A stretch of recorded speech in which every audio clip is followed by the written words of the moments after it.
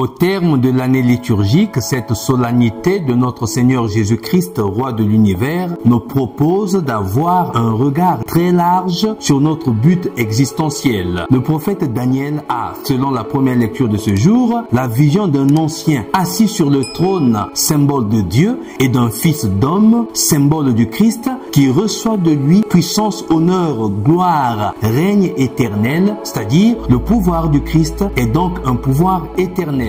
Jésus, dit l'Apocalypse, la deuxième lecture de ce jour, est le prince des rois de la terre qui par son sang a rendu participants les chrétiens de sa royauté et de son sacerdoce. C'est pourquoi, par le baptême, tout baptisé devient prêtre, prophète et roi à la suite du Christ. Il reviendra au dernier jour, il reviendra à la fin de temps. C'est cette fin eschatologique que tous les chrétiens depuis 2000 ans ont toujours attendu. À mon humble avis et selon moi, il y a trois fins des temps, il y a trois fins dans notre existence, sur notre parcours existentiel. La première fin, c'est la fin eschatologique du monde. La fin du monde, cette fin sur laquelle et pour laquelle les gens ont toujours péroré, les gens ont toujours donné des dates et l'heure en l'an 2000 et cela n'est jamais arrivé. La fin du monde, cette fin eschatologique qui viendra à la fin de tout quand Jésus viendra installer définitivement son royaume. La première fin, la fin du monde, ne m'inquiète pas trop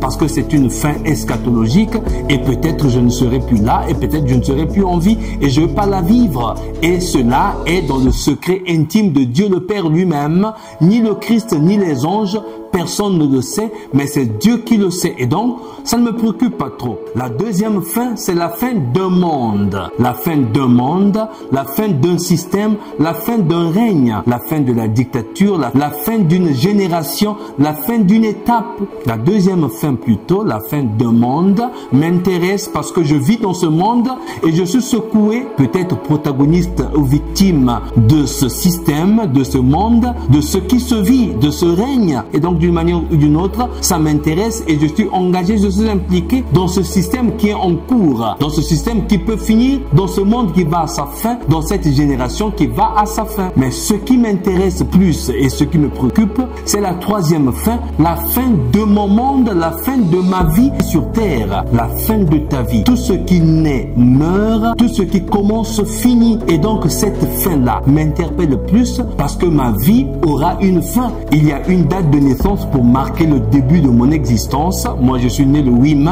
d'une certaine année. Et donc, il y aura une fin de ma vie, une fin de mon existence, une fin de ma présence sur Terre. Et cette fin devait nous préoccuper tous et nous interpeller pour prendre au sérieux tout ce que nous faisons et tout ce que nous vivons. Ne pas perdre le temps, vivre chaque instant de notre vie comme si c'était le dernier pour faire très bien tout ce que nous faisons. Tu veux prier? Prie sérieusement. Tu veux manger? Mange sérieusement. Tu veux danser? Danse sérieusement. Tu veux t'habiller? Habille-toi sérieusement. Tu veux pardonner ou aimer? Aime et pardonne sérieusement, sans procrastiner, sans perdre le temps. Faire chaque chose intensément, avec toute la volonté, avec tout l'amour. Mettre toute notre volonté en ce que nous faisons et ce que nous vivons nous permettra de prendre au sérieux chacun de nos pas sur cette terre, de prendre au sérieux chaque geste, chaque œuvre que nous accomplissons dans ce monde. Seul celui ou celle qui sait reconnaître Jésus comme Christ et sauveur de sa vie, de sa propre vie, pourrait être capable de faire le passage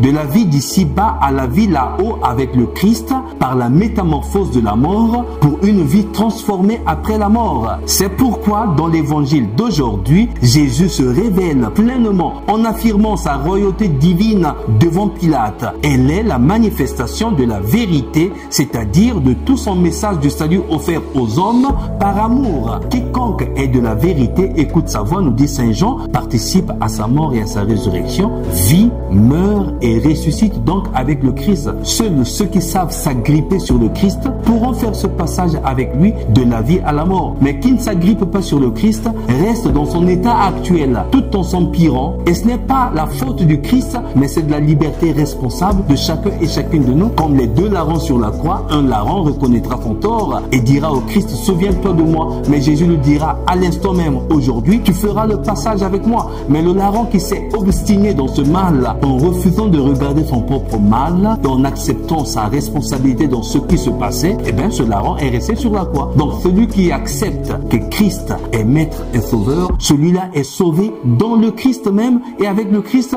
et fera le passage de la vie à la mort, sinon pour mieux le dire, de la vie sur terre à la vie éternelle. Faisons donc attention à chaque pas que nous posons, à chaque geste que nous accomplissons. Quiconque est de la vérité écoute donc la voix du Christ et participe à la mort et à la résurrection du Christ, parce que Jésus est le chemin de la vérité qui conduit à la vie.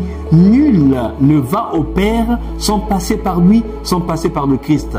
Qui que nous soyons, chrétiens, musulmans, athées, tous nous passerons par le Christ afin d'être sauvés. Qui ne passe pas par lui ne peut être sauvé. Seul Jésus qui sauve et seul Jésus qui est le roi de l'univers peut nous faire entrer dans cette dynamique de salut qui s'ouvre par sa passion, mort et résurrection. Demandons donc à Jésus, roi de l'univers, de nous aider à découvrir, à comprendre et à mener nos vies quotidiennes en harmonie avec l'objectif principal de notre existence. Créés à l'image de Dieu, nous voulons atteindre sa ressemblance dans la foi, l'espérance et la charité. Tout passe sur terre, rien ne demeure, chers frères et sœurs. Le roi, c'est le Christ.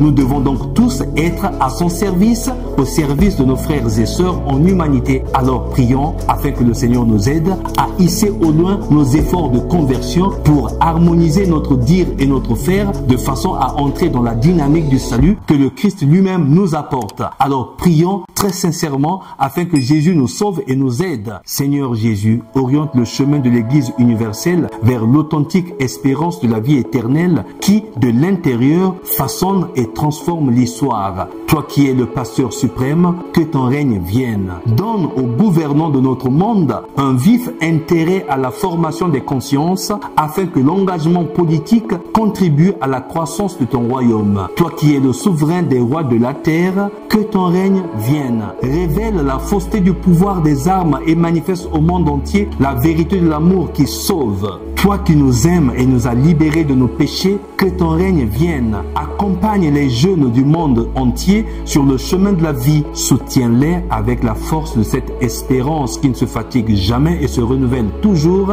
Toi qui es le témoin fidèle, que ton règne vienne. Apprends-nous à écouter ta voix dans le sanctuaire de nos âmes. Toi qui, dans l'amour transpercé, as révélé le visage de la vérité au cœur de chaque homme et femme de ce monde, que ton règne vienne. Seigneur, écoute-nous. Priez pour moi comme je prie pour vous. Que Dieu vous bénisse, chers frères et sœurs. Je vous souhaite un excellent dimanche de la solennité du Christ, roi de l'univers. Soyons nous aussi ces témoins du Christ au cœur de ce monde en débandade, afin que ce monde retrouve la paix originale et originelle qui vient du Christ, sans qui nous ne pouvons rien faire. Abbé Stephen Yanin Kodia, serviteur inutile.